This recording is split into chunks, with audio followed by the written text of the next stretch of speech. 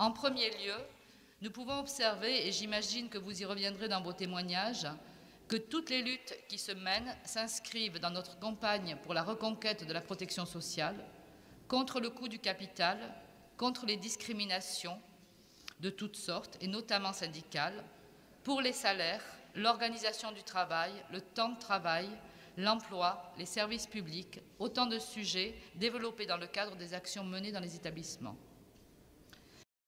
Pour être fort chez soi, il faut être fort partout. Quelle qu'en sera l'issue, la mobilisation du 16 octobre dépendra de la capacité de la CGT à mobiliser. Et le niveau de mobilisation du 16 octobre sera déterminant pour les suites et les mobilisations à venir. L'autre élément de revendication, c'est la résorption de l'emploi précaire. Il y a une véritable attaque du statut des psychologues hospitaliers. C'est actuellement 60% des psychologues qui sont contractuels et dont certains, beaucoup d'ailleurs, sont à temps partiel, ce qui fait que c'est une profession qui connaît pour beaucoup une situation de vie au seuil de pauvreté. Alors tout ça, tous ces projets sont en lien avec ce qu'on appelle le nouvel hôpital de Nantes, hein, puisque à Nantes, ils veulent regrouper tous les sites du CHU de Nantes en un seul, mais qu'aura pour conséquence une diminution de l'offre de soins publics de 354 lits et avec un impact de la suppression de près de 800 emplois. Mon établissement, 7 ans d'existence, je vous fais quelques chiffres rapides, 7 ans d'existence, ces 5 dernières années, c'est 1 million d'euros de bénéfices. C'est énorme. En termes d'expérience personnelle, donc en 5 ans de lutte, j'ai été traité de terroriste, 2 tentatives de licenciement, parce que la revendication principale, c'est les salaires, les conditions de travail, bien entendu. Pour être efficace, ce rapport de force doit être impérativement national. D'autre part, on ne peut plus se contenter de revendications locales.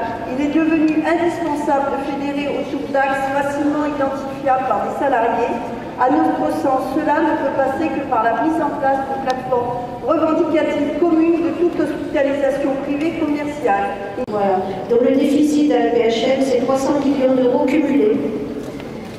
La dette s'élève à 1,80 milliard d'euros pour un budget annuel de 2,2 milliards d'euros. Bon, j'espère que les chiffres vous donnent un tournis.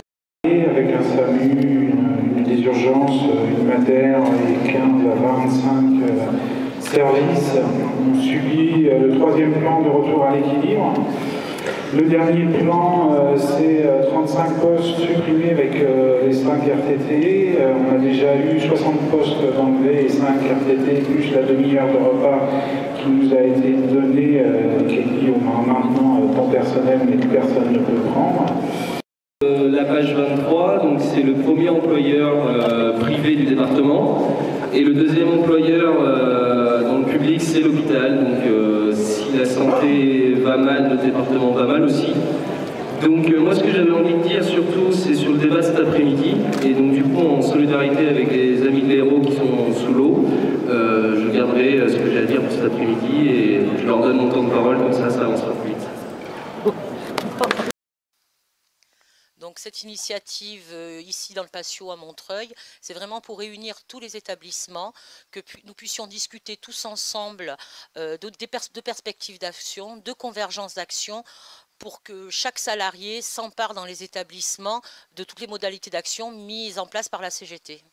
Pour le 15 octobre, c'est-à-dire que là il y a les ambulances blanches qui sont censées revenir à partir du 15 octobre.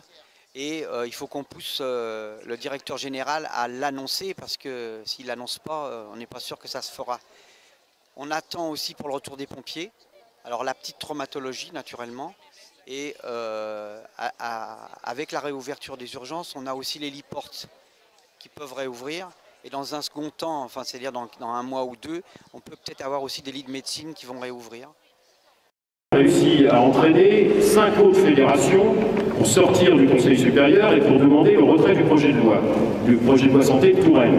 C'est quand même une première, ça appelle une suite pour moi. Alors on vient de me dire qu'il y a une intersyndicale qui se tient demain. Moi je pense qu'il faut discuter qu'est-ce qu'on peut proposer. Qu'est-ce qu'on proposait à tous les syndicats qui sont venus sur notre position de retrait de la loi.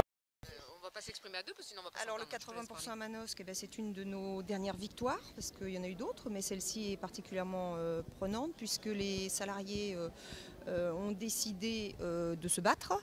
La CGT les a accompagnés dans cette bataille. Il y a eu 6 vendredis de la colère, il y a eu des contacts pris avec la déléguée territoriale de l'ARS, le maire qui est président des commissions paritaires. Et au terme donc de 4 mois de lutte, la direction a fait marche arrière. Les 80% sont de nouveau à l'ordre du jour à l'hôpital de Manosque. Le directeur fait amende honorable, la DRH a été débarquée et les 80% sont de retour. Voilà, les 80% de non-droit, puisque bien sûr les 80% de droit, ils n'avaient pas encore trouvé le moyen d'y toucher. Le motif de départ était quand même erroné, puisqu'il s'avère qu'il y a eu une remise en question des 80% pour un plan de retour à l'équilibre. Or, l'hôpital n'est pas dans un plan de retour à l'équilibre. Alors on a mené une lutte depuis le mois de mars et qui s'est finie au mois de septembre.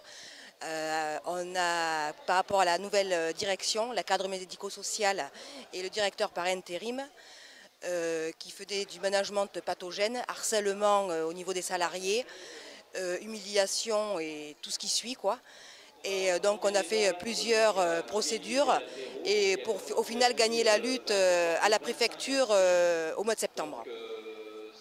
Voilà, je ne me suis pas présentée. Je le fais maintenant. Joséphine Bonin, EHPAD de Mussidan. Aujourd'hui, le sens du travail, c'est quoi? Le bien travailler. Qu'est-ce qui est nécessaire pour accompagner en sécurité les patients? Ça parle.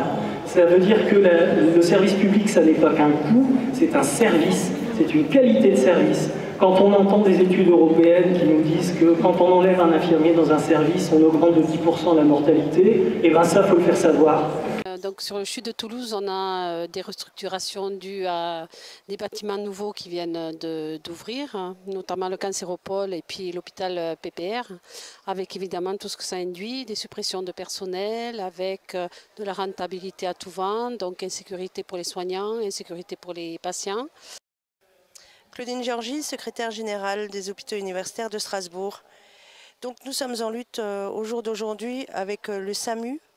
La direction a eu la bonne idée de supprimer une 5e colonne avec tout l'équipage, c'est-à-dire une ambulance en moins, le médecin, l'ambulancier et l'infirmier, pour faire une économie de 500 000 €. Je crois qu'il ne faut pas s'enfermer avec le mouvement dit convergence. Je pense que ce sont des partenaires, mais ce sont des partenaires. Mais je pense qu'il faut aller au-delà et je pense qu'il faut travailler à des convergences sur les territoires. Alors, et ne pas opposer les usagers et les médecins qui, eux aussi, subissent l'augmentation de la charge de travail et la réduction d'effectifs. Je suis travailleur handicapé.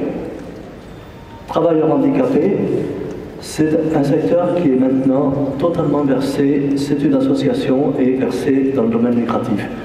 Je travaille à la NRH, une grosse association qui emploie 1500 salariés, qui a été segmentée en 22 établissements, tout ça pour éviter bien évidemment la multiplication des luttes et des choses comme ça, l'existence de CE un peu trop solides, etc.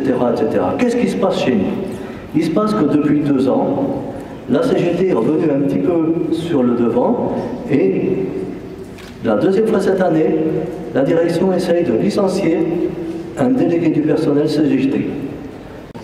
Voilà, moi c'était juste pour donner une idée de l'action. Le camarade tout à l'heure a parlé d'enjambement par sa direction des salariés de son hôpital. Je pense que peut-être on pourrait prévoir tous la même journée d'envahir nos directions et de faire enjamber nos directeurs, les salariés qui seront avec nous dans le mouvement. Il y a eu beaucoup de courriers qui ont été faits de médecins, d'infirmières et d'aides-soignants qui étaient maltraités, qui étaient harcelés. Il y a même des cas de harceler les médecins. Un médecin a fait 2 TS. Nous avons fait avec ma collègue Catherine, qui fait partie aussi du CHSCT, qui est titulaire, nous avons fait un danger grave et imminent pour le médecin qui a fait une TS. Nous avons fait plusieurs interventions intersyndicales avec le Sud, la CFTC, la CGT. Donc juste rappeler, mon syndicat, on avait déjà interpellé la fédération au mois de fin 2013 en demandant qu'une journée un peu de ce type-ci puisse se faire. Malheureusement, les choses n'ont pas avancé à la vitesse où on aurait bien voulu. Ceci dit, je suis content quand même d'être là aujourd'hui. C'est-à-dire que ça a été fait par le passé, des blocages de notre hôpital pour essayer d'obtenir des moyens supplémentaires, on nous l'a fait. Ça nous est revenu un petit peu dans la figure par les collègues du Havre qui, au moment où ils ont fait une lutte un petit peu après nous, l'ARS leur a dit « Voyez avec l'Eurobré, c'est eux qui ont votre enveloppe ». Moi j'aimerais bien qu'on fasse un bordereau par exemple d'arguments pour défendre des orientations qui sont des fois un peu dures à défendre. Par exemple, je pense au travail en 12 heures chez nous, où c'est très séduisant par moment pour les salariés, les jeunes salariés, et il faut avoir des fois le cœur bien accroché pour défendre le fait que c'est pas bien de travailler en 12 heures. On a une chance en ce moment quand même, c'est que dans le cadre des élections professionnelles, on intervient et on côtoie tous nos collègues, camarades CGT, de la fonction publique territoriale, de l'éducation nationale, de la poste, et j'en passe et des meilleurs. Et à un moment donné, on a ce devoir de pédagogie aussi en tant que militant de la CGT, et surtout de notre fédération, parce qu'on dit notre fédération, c'est de transmettre un petit peu ce rôle pédagogue. Car si nous, CGT, santé, action sociale, on défend notre bout de gras, seulement nous, on est morts. Des perspectives concrètes. Donc je me suis amusé, et c'est peut-être le point d'étape, hein, je me suis amusé à répertorier tout ce qu'on a dit là. Donc voilà, la journée, ça veut dire contacter les médecins et saluer leur mouvement du 14, alerter les usagers et les élus, à travers pétition, échanger avec les collègues sur le sens du travail pour essayer de casser la désespérance. J'ai entendu ça, ça m'a bien plu d'ailleurs.